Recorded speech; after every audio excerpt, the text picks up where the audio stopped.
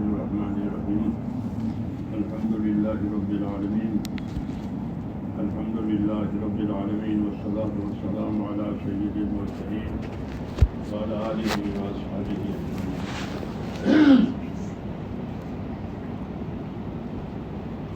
بزرگوں اور دوستوں، ہم کو جناب رسول اللہ صلی اللہ علیہ وسلم نے یہ پیغام دیا ہے، کیونکہ وہ پیغمبر ہیں، پیغمبر پیغام پہنچائیں گے. جیسے آج بھائی آپ کا یہ میسیج ہے، آپ کا یہ میسیج ہے، آپ کا یہ میسیج ہے نا دنیا میں آج. وہ ایسے ہی رسول صلی اللہ علیہ وسلم نے ہم کو ایک پیغام پہنچایا ہے. وہ بہت اہم پیغام ہے، اور وہ پیغام یہ ہے، اس پیغام میں دو باتیں ہیں، ایک بشارت ہے، ایک ذمہ داری ہے. وہ پیغام حضور صلی اللہ علیہ وسلم نے ہم کو یہ دیا ہے کہ اللہ نے دنیا کو تمہارے لیے پیدا کیا ہے. یہ بشارت ہے، ساری نعمتیں تمہارے لیے، سونا ہو، چاندی ہو، جو کچھ ہو وہ سب تمہارے لیے. ان دنیا خلقت لکم، اللہ نے دنیا کو تمہارے لیے پیدا کیا اور کسی مخلوق کے لیے پیدا کیا. یعنی کہ ہر نعمت انسان کے لیے ہے، بلکہ جتنی چیزیں ہیں وہ سب انسانوں کے لیے ہے. بعض چیزوں کا نعمت ہونا معلوم ہے، بعض چیزوں کا نعمت ہونا معلوم نہیں ہے، ورنہ سب ہمارے لیے ہے. تو یہ بشارت دی ہے کہ اللہ نے دنیا کو تمہارے لیے پیدا کیا، لیکن تم کو آخرت کے لیے پیدا کیا. یہ پیغام ہے کہ تم کو آخرت کے لیے پیدا کیا. ان الدنیا خلقت لکم وانکم خلقتم للآخرہ، دنیا کو تمہارے لیے پیدا کیا اور تم کو آخرت کے لیے پیدا کیا. تو ہم کو آخرت کے لیے پیدا کیا ہے، تو پھر ہم کو اپنی آخرت کی فکر کرنی چاہیے. فائدے کی بات ہے، جب ہمیں آخرت کے لیے بنایا ہے اللہ نے، تو کہیں تو کسی کو اللہ رکھے گا نہیں. کوئی بھی ہو، اللہ کے ذات کے سوا سب کے لیے فنا ہے، یا کوئی نہیں رہے گا. ہر ایک کی ایک مدت ہے، ہر ایک کی ایک مدت ہے. انفرادی طور پر بھی مدت ہے، اجتماعی طور پر بھی مدت ہے. انفرادی طور پر مدت ہر آدمی کی عمر ہے. جو مر گیا اس کی قیامت قائم ہو گئی، انفرادی قیامت کہلاتی ہے. جو مرا اس کی قیامت قائم ہو گئی. من مات فقط قامت قیامت ہو.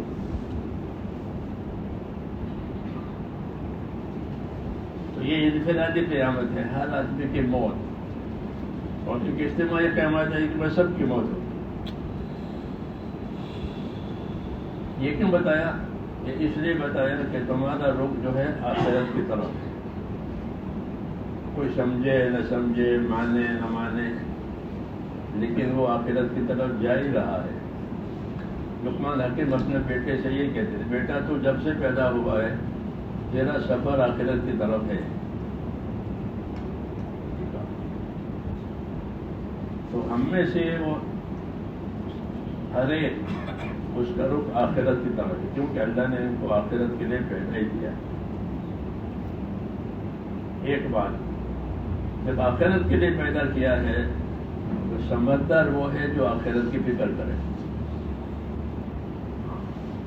یہ میں تو اسی جگہ کے لیے ہوں، تو مجھ کو آگے فکر کرنی چاہیے.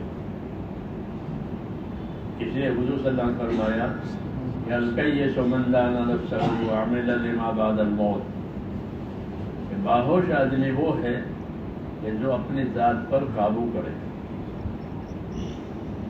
اپنی ذات پر قابو کرنے کا کیا مطلب ہے؟ اپنی ذات پر قابو کرنے کا مطلب یہ ہے کہ آدمی وہ عمل کرے جس سے اللہ راضی رہے، وہ عمل نہ کرے جس سے اللہ ناراض. یہ قابو کرنے کا مطلب ہے کہ اپنی ذات پر قابو کرے، کہ اپنے آپ کو قابو میں رکھے کہ مجھ سے کوئی حرکت ایسی نہ ہو جائے کہ جس سے اللہ ناراض ہو جائے، بلکہ میں ہر وہ کام کروں ڈھونڈ ڈھونڈ کر کے پوچھ کر کے کہ جس سے اللہ تعالیٰ راضی ہو جائے۔ کیوں کہ اللہ کا راضی ہونا بڑی بات ہے، اور رضوان من اللہ اکبر، کہ اللہ کا راضی ہو جانا کہ یہ تو سب سے اونچی بات ہے۔ عیسیٰ علیہ السلام سے کسی نے پوچھا کہ سب زیادہ ڈرنے کی بات خطرے کی بات ہے، کہ سب زیادہ ڈرنے کی بات خطرے کی بات اللہ کا ناراض ہونا، اللہ کا غضبناک ہونا، کہ اللہ ناراض ہو گئے، اللہ غضبناک ہو گئے، کہ وہ تو کام سے گیا۔ اس لیے مسلم بڑی بات یہ ہے کہ آدمی کا اپنی ذات پر قابو کرنا، یعنی وہ کام کرے جس سے اللہ راضی رہے، کہ جس سے میری آخرت بنے۔ اس لیے کہا کہ الکیس من دان نفسہ وعمل لما بعد الموت، کہ باہوش آدمی وہ ہے جو اپنے ذات پر قابو کرے اور موت کے بعد کام آنے والا عمل آج کرے۔ یہ رہبری کی ہے ہماری آخرت کے کاموں کے لیے اور آخرت کی تیاری کے لیے، کیونکہ ہم آخرت کی طرف جا رہے ہیں اور اللہ نے آپ صلی اللہ علیہ وسلم کو بھیجا ہے اسی وجہ سے، تاکہ لوگ آپ کی بات مانیں، آپ کی بات قبول کر کے اس کی پیروی کریں۔ تو اگر یہ بات ہو گئی تو کوئی بھی گھاٹے میں اور خسارے میں نہیں رہے گا، اور اگر یہ بات نہ ہوئی جو حضور صلی اللہ علیہ وسلم نے بتائی تو پھر کوئی بھی کسی نفع میں نہیں رہے گا، کھوٹ ہی کھوٹ۔ اس لیے آدمی کی زندگی بڑی نزاکت پر ہے، یا تو کھوٹ میں اتر جائے گا ہمیشہ کے لیے، یا پھر ہمیشہ کے لیے نفع میں اتر جائے گا۔ اس لیے کہا کہ سمجھدار آدمی وہ ہے جو اپنے ذات پر قابو کرے۔ اس لیے میں دوستو ہم کو اپنی آخرت بنانی ہے، اور آخرت بنانے کے لیے سب سے پہلے ہمارا تعلق اللہ تعالیٰ سے صحیح ہونا چاہیے، کیوں کہ ہر آدمی مر مر کر کے اللہ کے پاس جائے گا، چاہے نہ چاہے۔ ایک اللہ کی طرف سب کا لوٹنا، وَإِلَيْهِ الْمَصِيرُ، اللہ کی طرف لوٹنا ہے۔ اس لیے سمجھداری کی بات یہ ہے کہ اللہ تعالیٰ کو راضی کرے اور تلاش کرے کہ اللہ کس بات سے راضی ہوتا ہے۔ اللہ تعالیٰ نے اپنی رضا کے کاموں کے لیے نبیوں کو بھیجا ہے، نبیوں کو بھیجا ہے اور نبیوں کو علم دیا ہے، نبیوں کو علم دیا ہے کہ لوگوں کو یہ علم دو اور لوگوں کو یہ بات سناؤ، یہ بات سمجھاؤ کہ اس بات سے اللہ راضی ہے، اس بات سے اللہ ناراض ہے۔ اس لیے میں دوستوں زندگی کو قیمتی بنانے کی یہی بات ہے کہ آدمی کی زندگی ایک تو ہے کہ گزر جائے، اور ایک ہے اس کی زندگی قیمتی بنے اور اس کو زندگی کا نفع ملے، ورنہ گزرنے کے لیے تو وہ تو گزر جائے گی، وہ چاہے نہ چاہے۔ اصل یہ ہے کہ اپنی زندگی کو ایسی بنانی ہے کہ جس سے اللہ تعالیٰ راضی ہو جائے، کیونکہ اللہ تعالیٰ پوچھیں گے ہر ایک سے کہ ہمارے لیے کیا کر کے آئے۔ حدیثوں میں ہے کہ ہمارے لیے کیا کر کے آئے۔ تو جس کے پاس مال ہوگا، دنیا کا مال متا ہوگا، وہ کہے گا کہ میں نے مال متا جمع کیا اور جمع کر کے آیا ہوں، چھوڑ کر کے آیا ہوں، آپ مجھ کو اجازت دو تو لے کر کے آؤں۔ یہ بات ہو گئے گا، لیکن یہ بات ہوگی نہیں کہ اس کو اجازت ملے۔ تو ایک ہی مرتبہ اجازت ملتی ہے، ایک ہی مرتبہ زندگی دی جاتی ہے تاکہ اس کے اندر اپنی آخرت کو بناؤ۔ اللہ تعالیٰ دنیا کے اسباب بھی اس لیے دیتے ہیں کہ دنیا کے اسباب سے اپنی آخرت بناؤ۔ دنیا کے اسباب دنیا جمع کرنے کے لیے نہیں ہے، جو دنیا کے اسباب دنیا کے لیے جمع کرتا ہے وہ نادان ہے، کہ وہ نادان ہے، اس کی عقل تھوڑی ہے کہ فنا ہونے والی چیز کے لیے جمع کر رہا ہے، تو یہ نادانی ہے۔ کیوں کہ دنیا کسی کا گھر نہیں ہے، یہ کسی کا گھر نہیں، چاہے کچھ نہیں۔ الدنیا دار من لا دار لہ، یہ دنیا کس کا گھر ہے کہ جس کا کوئی گھر نہیں ہوگا ہو، کیونکہ وہ اس کو گھر بنا کے بیٹھا ہے، تو یہ تو کسی کا گھر بنا ہی نہیں ہے، تو اس کا گھر کیسے بنے گا؟ اس اس نے کہا دنیا دار و من لا دار، دنیا اس ذاتی پر کا گھر ہے جس کا کوئی گھر نہیں، اور جو دنیا کے لیے مال جمع کرے گا تو کہ یہ وہ مال ہے جس کے لیے مال نہیں ہے، کیونکہ اپنے دنیا کے لیے مال جمع کیا تھا، مالدار ہونے کے لیے مال جمع کیا تھا۔ تو آدمی کی مالداری اور جو بھی ظاہری حالت ہے اس کا تعلق موت تک ہے، مالداری کا تعلق، عہدیداری کا تعلق، زمینداری کا تعلق، یہ سب تعلقات موت تک کے ہیں، پھر اس کے بعد کچھ نہیں، پھر کٹ ہو جائے گا سارے تعلقات، ایک تعلق باقی رہے گا اور وہ اللہ کا تعلق ہے کہ اللہ کو اللہ مان کر، اللہ تعالیٰ کو اللہ جان کر اپنی زندگی کو صحیح بنایا تھا اور زندگی کی ذمہ داریوں کو پورا کیا تھا۔ ہاں، دنیا جو ہے وہ ذمہ داریوں کے پورا کرنے کے لیے بنائی گئی ہے، ذمہ داریوں سے غافل ہونے کے لیے نہیں بنائی ہے، بلکہ یہاں ذمہ داریاں ڈالی جائیں گی۔ یہ دارالعمل ہے، دنیا دارالعمل، یعنی یہ عمل کرنے کی جگہ ہے، پھر عمل کرنے کا کوئی میدان نہیں، موت پر عمل کا رشتہ کٹ جاتا ہے۔ حدیث میں کہ مات ابن آدم انقطع عنہ عملہ، آدم کا بیٹا مرا کہ اس کا عملی سلسلہ ختم، نماز پڑھتا تھا مر گیا، زکات دیتا تھا مر گیا، ختم۔ موت پر عملی سلسلہ ختم ہو جاتا ہے، اس لیے عمل کا وقت جو ہے وہ موت سے پہلے کا بتایا کہ موت سے پہلے پہلے اپنے عمل کو صحیح کرو۔ اس نے کہا الکیس من دان نفسہ وعمل لما بعد الموت، خواہش آدمی وہ ہے جو اپنی ذات پر قابو کرے اور موت کے بعد کام دینے والا عمل آج کرے۔ یہ چیز بہت اہم ہے، لیکن یہ جتنی اہم و ضروری ہے اس کی طرف سے اتنی غفلت بھی ہے، وہ یہ بڑا نقصان ہے کہ جس چیز پر اللہ رسول نے زیادہ زور دیا ہو اس کی طرف سے غفلت۔ زیادہ زور دیا ہے آخرت بنانے پر، کیونکہ آخرت باقی رہنے والی ہے، بنی تو بنی، بگڑی تو بگڑی، بن گئی تو بنی ہوئی باقی رہے گی، بگڑی ہے تو بگڑی ہوئی باقی رہے گی۔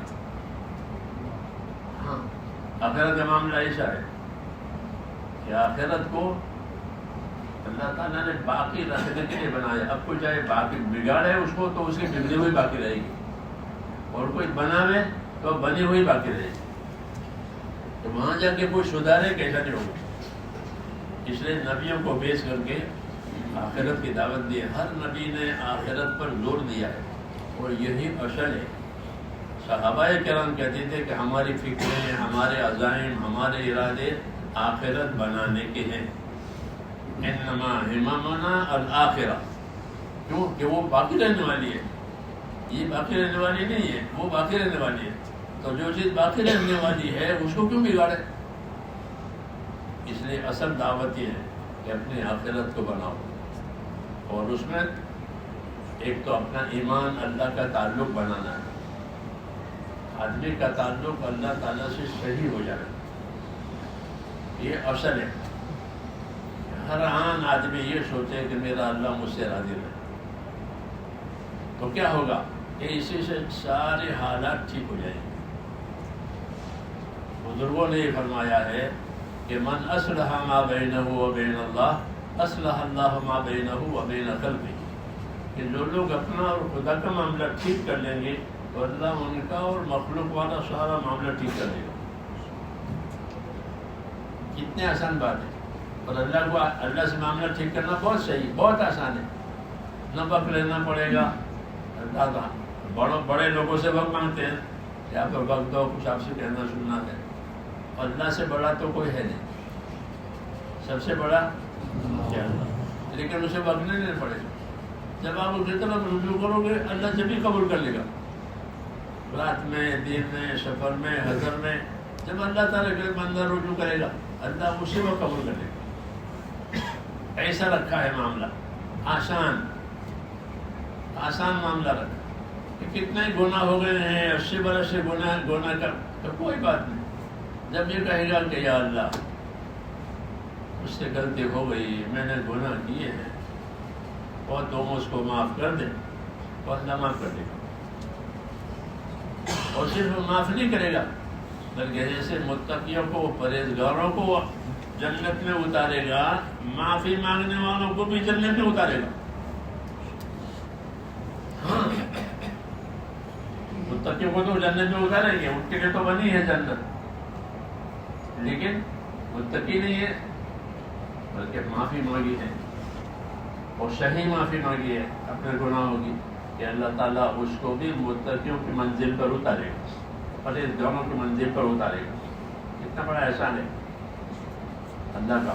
جی ہاں، کیوں کہ اب یہ توبہ کر کے آیا ہے، معافی کر کے آیا ہے، اس لیے میرے تو اللہ تعالیٰ ہر وقت اپنی طرف بندوں کو بلاتے ہیں کہ ہماری طرف آؤ، ہماری طرف آؤ.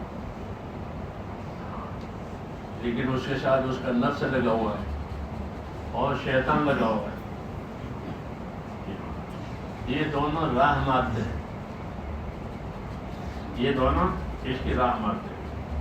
اور اللہ کا تقاضا یہ ہے کہ نفس کی خواہش کے خلاف میرا حکم پورا کرو. اس کو مجاہدہ اور محنت کہتے ہیں کہ نفس ایک چیز چاہتا ہے اور خدا ایک چیز چاہتا ہے، اس کا مقابلہ پڑتا ہے دنیا میں. اگر آدمی نفس کی طرف گیا تو یہ اللہ سے دور ہو جائے گا. وَلَا تَتَّبِعِ الْهَوَىٰ فَيُضِلَّكَ عَنْ سَبِيلِ اللَّهِ. خبردار خبردار، خواہش کے پیچھے نہ جانا، ورنہ یہ خواہش کے پیچھے جانا تمہیں اللہ سے اس کے رحمت سے دور کر دے گا، پھر اور کوئی مددگار نہیں ہے. اس لیے میرے دوستوں، فائدے کی بات یہ ہے اور فائدے کی بات یہ ہے کہ اپنی ذات پر قابو کر کے ہمیں یہ دیکھنا ہے کہ اللہ تعالیٰ کس بات سے راضی ہے. اسی لیے رسول بھیجے گئے. رسولوں نے راستہ عبادت کا بتایا کہ ذات اپنی ذات کو عبادت والی بناؤ. اور عبادت کا مطلب یہ ہے کہ اللہ کے حکموں کو جاننا، پہچاننا، پھر اپنے آپ کو اسے تابع کرنا. یہ عبادت ہے کہ اللہ نے مجھے کیا حکم دیا ہے. آدمی کی حالت 4 حالت ہوتی ہے، یا تو آدمی راحت میں ہوگا، یا مصیبت میں ہوگا، یا گناہ میں ہوگا، یا اطاعت میں ہوگا. یہ 4 حالتیں ہیں آدمی کی، اس سے کوئی خالی نہیں ہے. اس سے کوئی خالی نہیں ہے، یا تو راحت میں ہوگا، یا مصیبت میں ہوگا، یا اللہ کے اطاعت میں ہوگا، یا گناہ میں ہوگا. ان 4 حالتوں میں سے کوئی حالت ایک نہ ایک میں ہوگا. اب یہ دیکھنا ہے کہ میں کس حالت میں ہوں. اگر آدمی راحت میں ہے تو راحت کے دین پر رہے. راحت کا کیا دین ہے کہ شکر کرے کہ اللہ نے مجھے راحت دی ہے، اللہ نے مجھے نعمت دی ہے، تو اس کا شکر کرے. یہ راحت کا دین ہے. یہ نہیں کہ راحت میں اللہ کو بھول جائے، کہ راحت کی مزے میں اللہ تعالیٰ کو بھول جائے. اللہ تعالیٰ کو چھوٹی چیز نہیں ہے کہ اس کو بھولا ہی جائے. اللہ تو بہت بڑے ہیں، زمین آسمان کے مالک ہیں. تو اللہ تعالیٰ کو نہیں بھولا ہے، بلکہ یہ اپنے آپ کو بھول گیا ہے، اپنی مصلحت کو بھول گیا ہے، اپنے نفع کو بھول گیا ہے. اس نے کہا کہ اللہ ایسا نہ بنو کہ اللہ کو بھول جاؤ، کہ جو اللہ کو بھول جائے گا وہ اپنے آپ کو بھول جائے گا کہ میرا نفع کس میں ہے، میری کامیابی کس میں ہے، یہ بھول گیا. اس لیے اللہ تبارک و تعالیٰ نے یہ تو اپنی طرف بلاتے ہیں. اور اپنی طرف کیسے بلاتے ہیں؟ انعامات بتا کر، فضائل بتا کر. زبردستی نہیں، انعامات بتائیں گے کہ دیکھو ہماری بات قبول کرو گے تو یہ ملے گا. تو اپنے انعامات سے، اپنے اکرام سے اللہ ہم کو بلاتے ہیں اپنے طرف. کیوں کہ جو بھی عمل آدمی کرے گا اللہ کے حکم سے تو اللہ اس کا بدلہ بڑھا چڑھا کر دیتے ہیں، ناپ توڑ کر نہیں. جیسے بیپاری ناپ توڑ کر لیتا ہے، کیونکہ اس کو اپنا نفع مربوط ہے. اللہ کا تو کوئی نفع ہے نہیں. اللہ تو بندوں کا نفع چاہتے ہیں، بندوں کا بھلا چاہتے ہیں.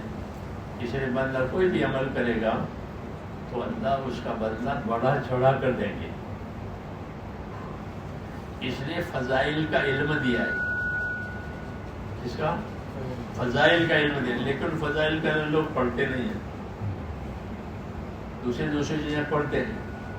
جی ہاں، کہ جس کا تعلق موت سے پہلے تک میں ہے. فضائل کے علموں میں یہ بتایا کہ اللہ نے تمہارے لیے کیا کیا انعامات تیار کیے. مثال کے طور پر ایک آدمی صبح کی نماز پڑھے، یہ پہلا عمل ہے دن کا. صبح کی نماز پڑھی، تو صبح کی نماز پڑھنے والے کو کیا دیں گے؟ فرمایا جس نے صبح کی نماز پڑھی وہ تو اللہ کی ذمہ داری میں آ گیا، اللہ اس کا ضامن ہے، جیسے لوگ ضامن ہوتے ہیں. جس نے فجر کی نماز پڑھی تو وہ اللہ کی ضمانت میں آ گیا، وہ تو اللہ کی حفاظت میں آ گیا. کتنا بڑا انعام ہے کہ فجر کی نماز پڑھ کر آدمی اللہ کی حفاظت، اب کوئی کچھ نہیں بگاڑ سکتا. کیوں؟ کہ وہ تو اللہ کی حفاظت میں آ گیا. اور اگر اس کا کوئی بگاڑے گا تو اللہ پوچھیں گے کہ جو آدمی میری زمان میں تھا، میں اس کا ضامن تھا، تم نے اس کا کام کیوں بگاڑا؟ من صلی صلاۃ الصبح فہو فی ذمۃ اللہ، جس نے صبح کی نماز پڑھی وہ تو اللہ کی ضمانت میں آ گیا. کتنی بڑی بات ہے. تو لوگ سوتے رہتے ہیں صبح کی نماز میں. اور پھر صبح کی نماز پڑھی، جس نے 2 ٹھنڈے وقت میں نمازیں پڑھی وہ جنت میں گیا. ایک صبح ایک عصر. جس نے 2 ٹھنڈے وقت کی نمازیں پڑھی فجر عصر کہ وہ جنت میں گیا. اس قسم کے انعامات کی باتیں کی ہیں جس سے دنیا آخرت کے مسائل، دنیا آخرت کے مصیبتیں حل ہو جاتی ہیں. جی ہاں، مگر وہ حل ہوگی ہمارے عمل سے. اس لیے ہم کو عمل کی دعوت دی کہ اپنی زندگی کو عمل والی بناؤ. جان اور مال اللہ تعالیٰ نے عمل بنانے کے لیے دیے. جان اور مال غفلت کے لیے نہیں دیے کہ جان مال سے غافل ہو جاؤ کہ جو جی میں آگے کرو، جو ایسا نہیں ہے. بلکہ حیات بھی امانت ہے اور مال بھی امانت ہے. اور یہ امانت اللہ نے اس لیے دی ہے کہ اس کے ذریعے سے اللہ تعالیٰ کا حکم پورا کرے اور اپنی آخرت بنائے. یہ حکم ہے کہ جو دنیا جس کو ملی ہے وہ اپنی دنیا سے آخرت بنائے. مثلا قارون کو مال دیا تھا تو قارون کو یہ تعلیم دی تھی کہ وابتغ فیما آتاک اللہ الدار الآخرہ، تو اس کو اللہ نے جو دیا ہے اس سے اپنی آخرت بنا لے. کتنے نفع کی بات ہے. وہ بات ہمارے لیے بھی اتاری اللہ تعالیٰ نے جو اس سے کہی تھی وہ کہ اپنی دنیا سے اپنی آخرت بناؤ. تو دنیا کی بھی ہو گئی اور آخرت بھی ہو گئی کہ دنیا تو اللہ نے دے ہی دی ہے. اب اس سے اپنی آخرت بناؤ گے تو پھر آخرت بھی بن جائے گی. اس لیے حضور صلی اللہ علیہ وسلم فرماتے تھے کہ میں جو باتیں لے کر آیا ہوں اگر لوگ اس کو مان جائیں تو ان کی دنیا بھی بن جائے اور ان کی آخرت بھی بن جائے. ایسا راستہ ہے. ہاں، تھوڑا اپنے اوپر قابو کرنا پڑتا ہے، اپنے اوپر قابو کرنا پڑتا ہے. کیونکہ دنیا امتحان کی جگہ ہے. یہاں دنیا کے بھی تقاضے آئیں گے، آخرت کے بھی تقاضے آئیں گے. دونوں آتے. مثلا صبح کوئی تو آرام کا بھی تقاضا ہے، نماز کا بھی تقاضا ہے. ہاں، یہ امتحان ہے کہ کون سے تقاضے پر جا رہا ہے. اپنی طبیعت کا تقاضا تو یہ آرام کرو کیونکہ صبح میں میٹھی نیند آتی ہے. صبح میں میٹھی نیند آتی ہے. عام طور پر یہ بات یا تو میٹھی نیند ہو اور نماز قضا کرو، یا یہ کہ نیند قربان کرو اور نماز ادا کرو. تو اگر نیند قربان کر کے نماز ادا کی ہے تو اس کا انعام ملے.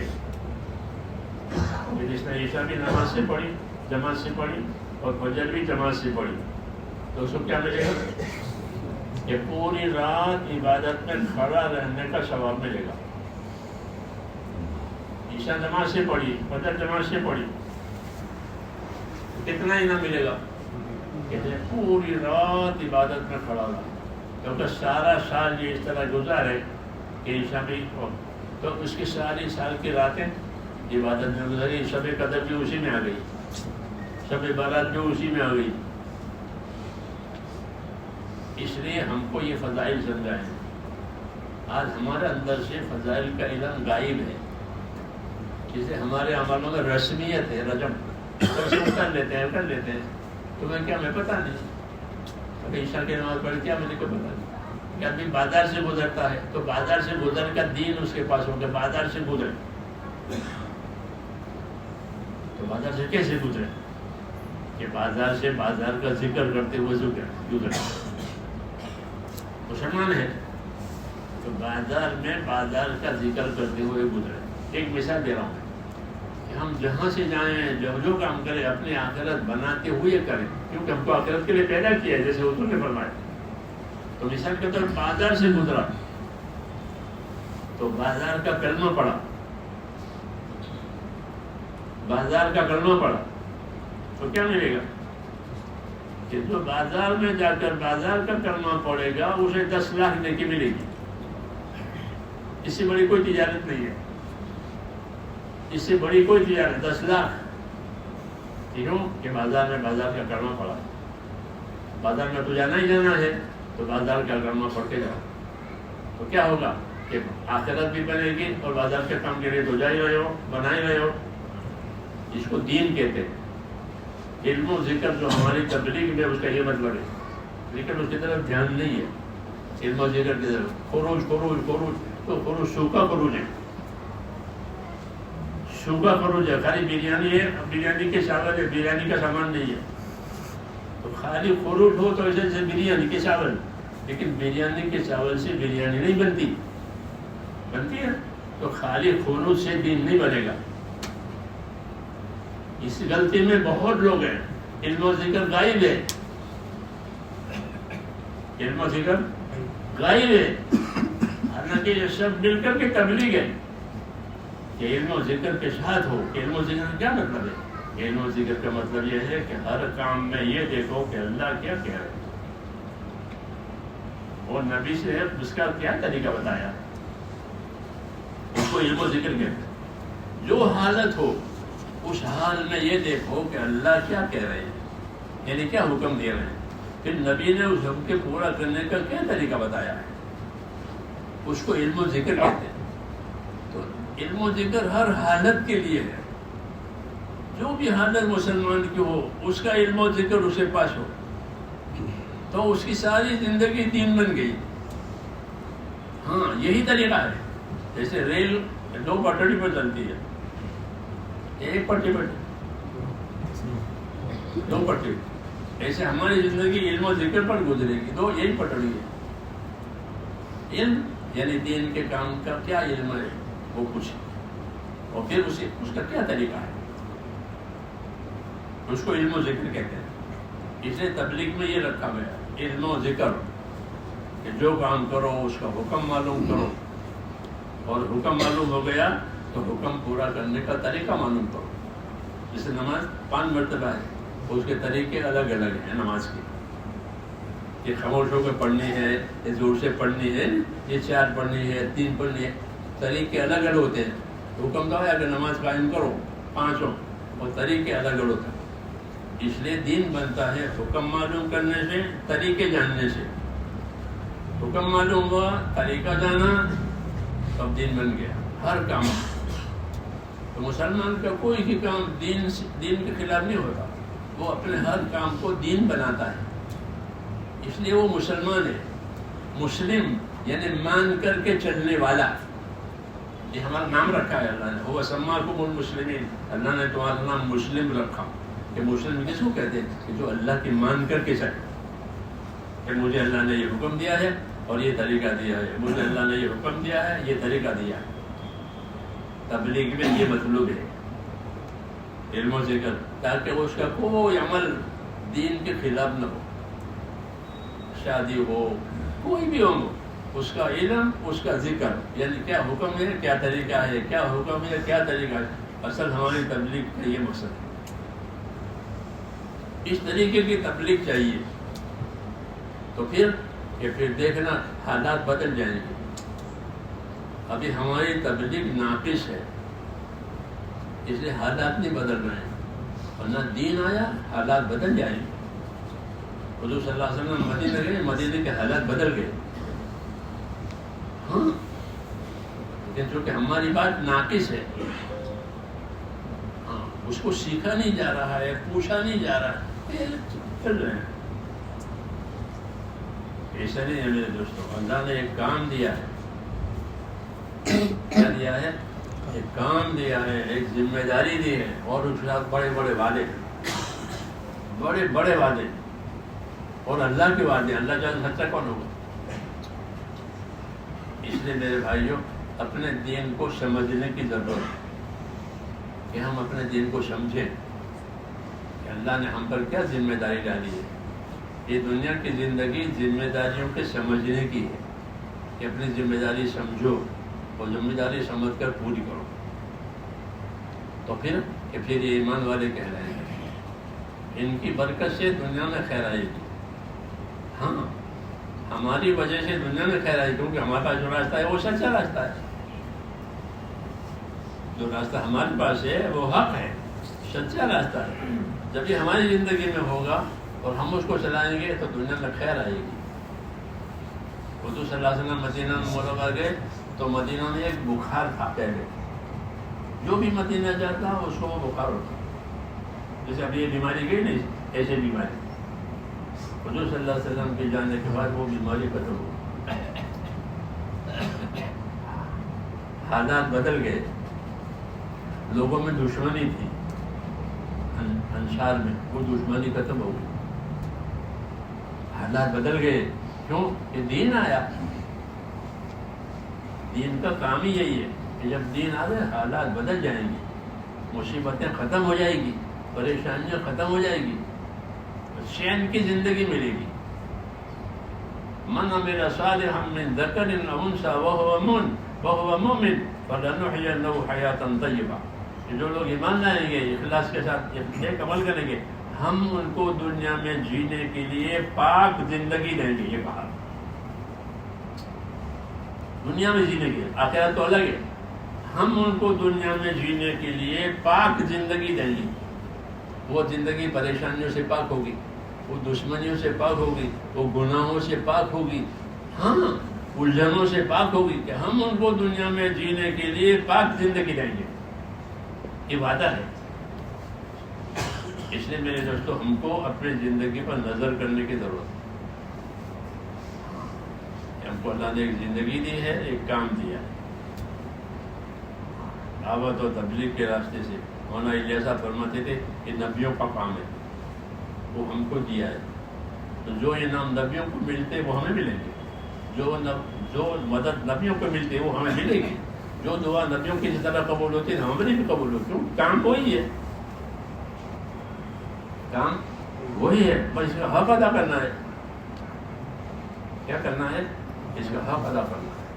کہ اس کو یقین کے ساتھ کرے, خدا کے خوف کے ساتھ کرے, طریقے کے ساتھ کرے, ہاں فضیلتوں کو دھیان میں رکھ کر کرے کہ مجھے یہ ملے گا, یہ ملے گا, یہ ملے گا. تاجر اپنے نفع کو دھیان میں رکھ کر اپنی تجارت کرتا ہے. ایسا کوئی تاجر ہے تو اس کے سامنے نفع نہ ہو, ایسا کوئی تاجر نہیں ہے. وہ اپنے نفع کو سامنے رکھ کر کے کام کرتا ہے. ایسا مسلمان کہ اپنے عمل سے فضیلت کو سامنے رکھے, مجھے اس عمل پر یہ فضیلت ملے گی, مجھے اس عمل پر یہ فضیلت ملے گی. کیوں؟ کہ اللہ نے ہمارے ہر عمل کی فضیلتیں بتائی ہے کہ تم کو یہ دینا ہے, تم کو یہ دینا ہے, تم کو یہ دینا ہے. تو ہم کو تو سارے فضائل دینے کے لیے ہے. اللہ ہم سے کچھ نہیں مانگتا, ہم کو فضائل اس لیے دیا. اس لیے میرے دوستو علم و ذکر کا یہ مطلب ہے کہ اپنے فضائل کو سامنے رکھو کہ اللہ مجھے کیا دے. یعنی صبح گھر میں سے نکلے, صبح گھر میں سے نکلتے ہیں, عبادت کے لیے بھی نکلتے ہیں, ضرورت کے لیے بھی نکلتے ہیں گھروں میں سے. تو گھروں میں سے نکلنا کیا کیا طریقہ ہے؟ مثال کیا کرو کہ گھروں میں سے نکلو کہ بسم اللہ کیا کرو, بسم اللہ پڑھ کر نکلو. اور کیا پڑھو, بسم اللہ توکلت علی اللہ ولا حول ولا قوت الا باللہ. یہ پڑھ کے نکلا ہے کہ بسم اللہ توکلت علی اللہ ولا حول ولا قوت الا باللہ. فرشتہ کہے گا, کیا کہے گا کہ تجھے تو ہدایت ہو گئی, تیری ضرورت پوری ہو گئی. اس ضرورت کے لیے جا رہا ہے گھر سے, تو وہ فرشتہ اس دعا کی برکت سے کہہ رہا کہ جب میں نے یہ دعا پڑھی تو فرشتہ کہے گا کہ تجھے ہدایت ہو گئی اور تیری ضرورت پوری ہو گئی اور اللہ نے تیری حفاظت کر لی. جا, کتنا بڑا انعام. کیوں؟ یہ دعا پڑھی ہے. تو فضائل کا علم اس لیے دیا تھا جب مسلمان اس فضیلت کو سامنے رکھ کر عمل کرے گا تو اس پر اللہ تعالیٰ کے انعامت ہوگا. یہی ہمارے حالات کے بننے کا ذریعہ ہے. اگر یہ نہیں ہے تو حالات بننے کی کوئی شکل نہیں ہے.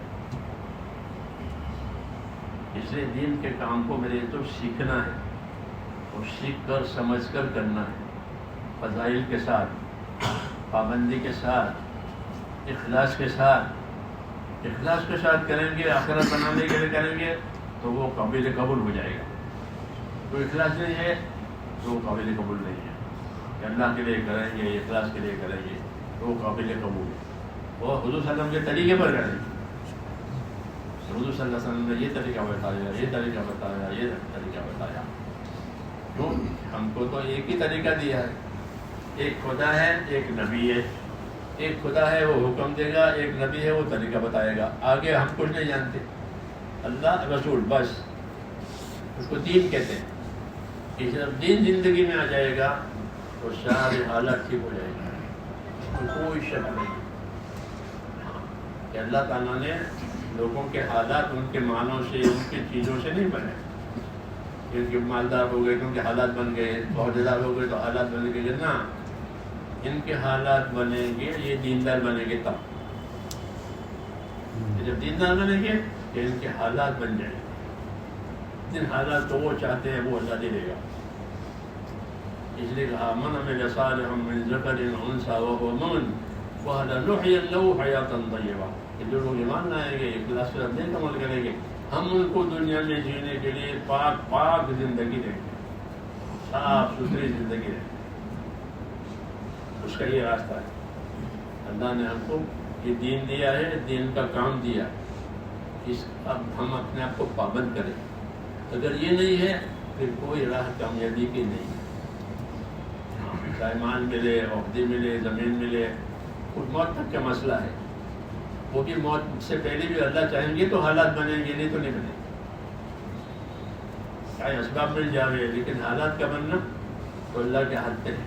اسباب اللہ دے دیتے ہیں لیکن حالات بنیں گے کہ نہیں بنیں گے کہ اوپر سے. اس لیے میرے دوستوں ہم ہر حال میں اللہ کے محتاج ہیں اور اللہ ہمارا ہر حال میں مددگار ہے. یہ بھی یقین کرو، کبھی اللہ مدد سے ہاتھ نہیں کھینچے گا کہ میں نہیں کرتا، بالکل نہیں. ہاں، کہ اللہ ہر وقت مددگار ہے. راستہ ہونا چاہیے. کیا ہونا چاہیے؟ راستہ سیدھا ہونا چاہیے. اللہ ہر وقت مددگار ہے بندے کے لیے. کہ اللہ تعالیٰ بندوں پر ان کے ماں باپ سے بھی زیادہ مہربان ہے. اتنی مہربانی کوئی نہیں کرتا جتنی اللہ کرتا.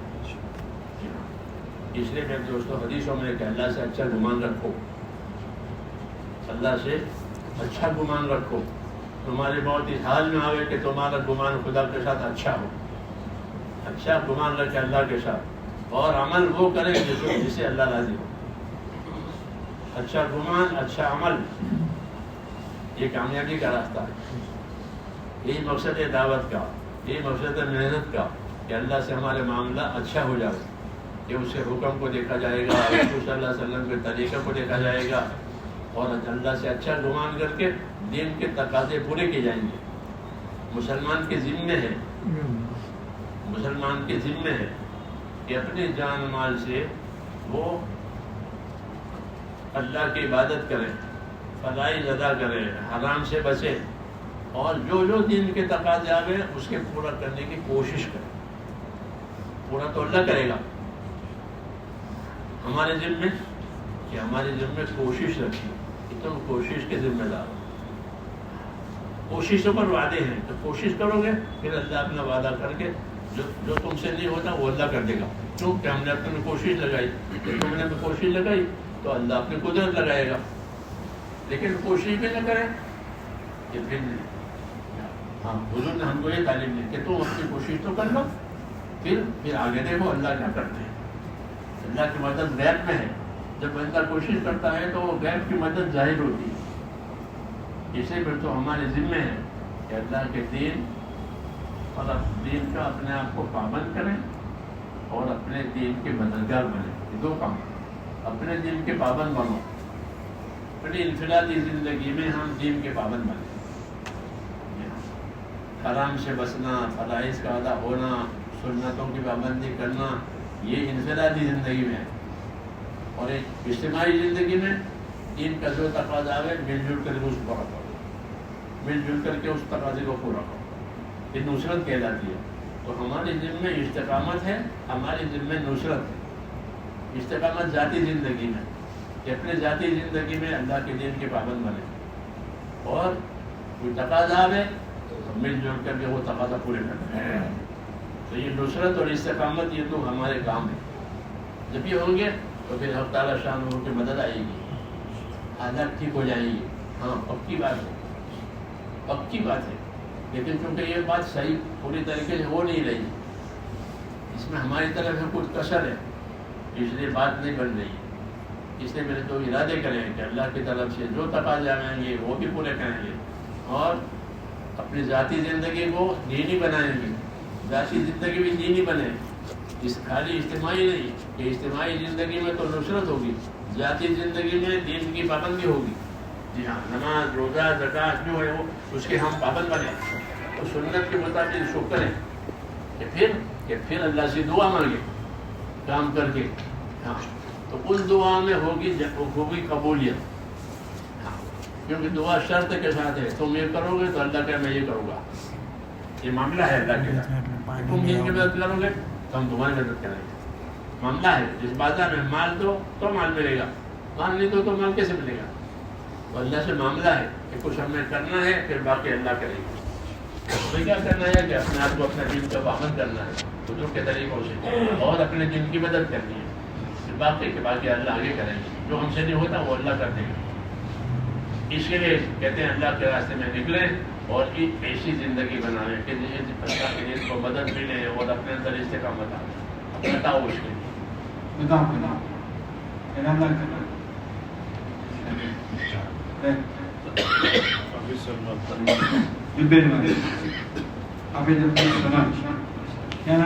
مبارک بھائی مولانا سفیان بھائی, کیا نام آپ کا؟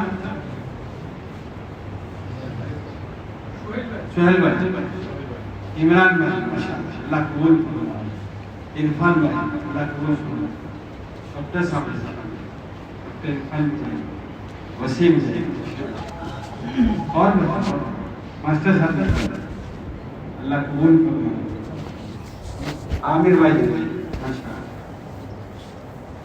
عثمان اور بتا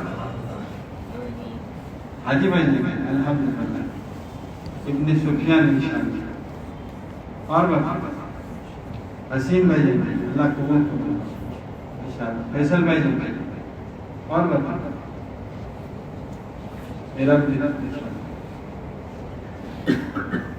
اور بتا سب نیت کرتے ہیں انشاءاللہ. اس کے ساتھ ساتھ الحمدللہ اس محنت کی برکت سے ماحول بنتا ہے. اللہ کا کرم ہے, جیسے ہمارے بڑوں کی طرف سے ہدایت ہے, 5 اعمال روزانہ کے 3 کام ہے, ہم روزانہ کا مشورہ ہے الحمدللہ. اس کی برکت سے, مشورے کی برکت سے ہر گھر میں اللہ پاک دین کو زندہ کرے. اس کے لیے 2.5 گھنٹے کے محنت کے بعد تو سب نیت کر لیں انشاءاللہ. اور تیسرا اپنے گھروں کی تعلیم, مسجد کی تعلیم کے ساتھ اپنے گھروں کی تعلیم لے جائیں. اس کی برکت سے اللہ پاک ہمارے ہر گھر کے اندر ایک دینی فضائے بنائے گا اللہ پاک. اس لیے اس کی نیت کرو انشاءاللہ اپنے گھروں میں تعلیم دیتا ہے. سب نیت کر لیں انشاءاللہ. 2 گشتوں کا اہتمام ہو, ایک اپنی مسجد کا, ایک مشورے سے جو اپنا, دوسرا گشت ہے الحمدللہ بھاٹینا کے اندر ہم لوگ جاتے ہیں الحمدللہ 8 نمبر کے اندر, وہاں اس کی کوشش کریں. اور مہینے کے 3 دن جائیں, یہ 14 ہفتے میں 3 دن کی جماعت کرنی. کون کون تیار ہے اس کے لیے بتاؤ. ماسٹر صاحب ہے ماشاءاللہ, سب نیت کر لیں انشاءاللہ. دوسری مسجدوں کے بھی ساتھی وہ بھی نیت کریں. یہ آخری ہفتہ ہے انشاءاللہ, اس میں اپنے ہر مسجد کی جماعت بنائیں. اللہ پاک کے حسن سے زیادہ عمل کی توفیق عطا فرمائے. روزانہ تسبیح تلاوت بھی کرنا ضروری ہے. اس میں کوتاہی ہوتی ہے. روزانہ تسبیح پڑھو, روزانہ تلاوت کرو. فرائض تو ادا کرنے ہی ہیں. جن کے فرائض باقی ہیں پہلے کے, وہ اپنے فرائض ادا کریں. تبلیغ میں لگنے کے بعد تو نماز شروع ہو گئی, اس سے پہلے کی نمازوں کا کیا ہوگا؟ وہ معاف نہیں ہوگی, وہ ادا کرنی پڑے گی. حضرت رحمۃ اللہ پہلے تو روانگی میں یہ کہتے ہیں جن کی نمازیں قضا باقی ہیں وہ اپنی قضا نمازیں پڑھیں، بجائے نوافل پڑھنے کے قضا نمازیں پڑھیں. کیونکہ نوافل نہیں پڑھیں تو سوال نہیں ہوگا، لیکن وہ نماز جو باقی رہے اس کا سوال ہوگا. بہت لوگ ہیں کہ ان کے دن میں نمازیں باقی ہیں. ایسے بہت کم ہوں گے کہ بالغ ہونے کے بعد کوئی نماز قضا نہیں ہوئی ہے، صاحب ترتیب اس کو کہتے ہیں. ایسے تو بہت ہی کم ہوں گے کہ بھائی بالغ ہونے کے بعد ہمارے کوئی نماز قضا نہیں ہوئی، کوئی چیز تو ادا ہو گئی، وہ صاحب ترتیب کہلاتے ہیں. ایسا تو ہر مسلمان کو رہنا چاہیے کہ اس کے دن میں کوئی نماز باقی نہ ہو بالغ ہونے کے بعد. رہ گئی ہے تو اس کی قضا پڑے. یہ ضروری ہے، یہ ضروری ہے. ہاں کیوں کہ اس کا سوال ہوگا. یہ فرائض میں سے ہے، نماز ہو، زکوٰۃ ہو، روزے ہو، حج ہو، اس کے بارے میں فکر کرنے کے یہ اللہ کا حق ہے، یہ اللہ تعالیٰ کا حق ہے. یہ نہیں کہ زمان میں نکل گئے تو اب وہ سب معاف ہو جانے کی کیسا نہیں ہے. جو اللہ کا حق ہے وہ باقی رہے گا. یہ پہلے تو یہ بات کہی جاتی تھی کہ بھائی اپنی چھوٹی ہوئی نمازیں بھی پڑھا کرو تاکہ وہ قرض ادا ہو جائے اللہ تعالیٰ کا. لوگوں کے ذمہ ہے وہ، ایسے ان کی زکاتیں باقی ہیں، ہاں مالدار ہیں، تو یہ فرائض ہے. اصل ہے یہی ہے، کلمہ، نماز، روزہ، زکوٰۃ اور حج، یہ اصل ہے. اسی کے فضائل لکھے ہیں. فضائل کتنی چلتے ہیں کہ اس کے فضائل نہیں لکھے ہیں. کلمے کے ہیں، نماز کے، روزے، زکوٰۃ اور حج، کیونکہ یہ اسلام ہے. اسلام کی بنیاد کتنی چیزوں پر ہے؟ 5. تو یہ 5 ہونی چاہیے، یہ 5 ہونی چاہیے. یہ اسلام، اس کے لیے محنت ہو رہی ہے. جیسے اذان کے لیے نہیں ہوتی، اذان تو نماز کے لیے ہوتی ہے. یہ اذان کے لیے اذان ہوتی ہے، اذان نماز کے لیے ہوتی ہے. تو محنت دین کے لیے ہوتی ہے، محنت کے لیے نہیں ہوتی. اور محنت دین یہ ہے، اس لیے 5 ارکان کے فضائل لکھے ہیں. لیکن مسلمان کی زندگی اسلام کا دار و مدار ان 5 تو اس لیے اس کا اہتمام کرنا ہے. جو نمازیں ہماری ادا ہو رہی ہے ماشاء اللہ وہ اہتمام سے ادا کریں، انتظار سے نماز پڑھیں. کیسے؟ انتظار سے نماز پڑھیں. یعنی پہلے آ گئے انتظار میں بیٹھے. اللہ کا انعام یہ ہے کہ انتظار پر بھی دیں گے. دنیا میں ویٹ کرنے پر کچھ نہیں ملتا ہے. ویٹ کرو، ڈاکٹر نہیں آیا ہے، وکیل نہیں آیا، ویٹ کرو، کیا ملے گا؟ کہ کچھ نہیں. ویٹ کرو. یہاں ویٹ پر بھی ملے گا کہ نماز کا انتظار کیا ہے تو نماز کا ثواب ملے گا. اس لیے کہتے ہیں انتظار سے نماز پڑھو. ہاں یہ نماز بڑھیا ہوتی ہے. تو ایسے آ کے شریک ہو گئے تو جو چلتی بس میں چڑھ گئے ایسا. ہاں چلتے بس میں چڑھ جاتے ہیں لوگ، جوان لوگ. تو یہ نماز گھٹیا ہے، بڑھیا نہیں ہے، ناقص ہے. انتظار والی نماز کامل ہے. اس لیے فضائل کو دیکھنا ہے. فضائل ہوں گے تو یہ باتیں دھیان میں رہے گی کہ نماز ایسی ہونی چاہیے. امام کی دانی جانی نماز پڑھنے کی کیا فضیلت ہے. ہاں جی ہاں سب چیزوں کے فضائل ہے. یہ فضائل ہوں گے تو یہ عبادتیں بڑھیا ہو جائے گی. تو یہی مقصد جماعت میں نکلنے کا کہ فضائل کے ساتھ اپنے اعمال کو ذکر کرو تاکہ عمل وزندار بن جائے، یہ زندگی عملی بنے گی. کریں گے انشاءاللہ. اللهم صل على نبينا محمد وعلى آله وصحبه أجمعين. ربنا إننا آمنا فاغفر لنا ذنوبنا وقنا عذاب النار. اللهم أقبل بقلوبنا إلى دينك وأقبل بقلوب جميع المسلمين إلى طاعتك. اللهم أقبل بقلوب جميع المسلمين إلى طاعتك. اے اللہ ہماری مغفرت فرما، امت کی مغفرت فرما. ہم امت گنہگار ہیں، ہماری اور امت کی مغفرت فرما. اے مولا ہماری اور امت کی مغفرت فرما، ہماری اور پوری امت کی رہبری فرما. اے اللہ رسول صلی اللہ علیہ وسلم کے طریقوں پر زندگی گزر جائے اس کے ہم کو توفیق عطا فرما. دین کے کام میں جان مان لگے اس کے ہم کو توفیق عطا فرما. دین دنیا و آخرت کے خیر ہم کو عطا فرما. ہر قسم کے فتنوں سے، بلا سے، بیماریوں سے ہماری اور امت کی حفاظت فرما. وصلی اللہ تعالی علیہ وسلم.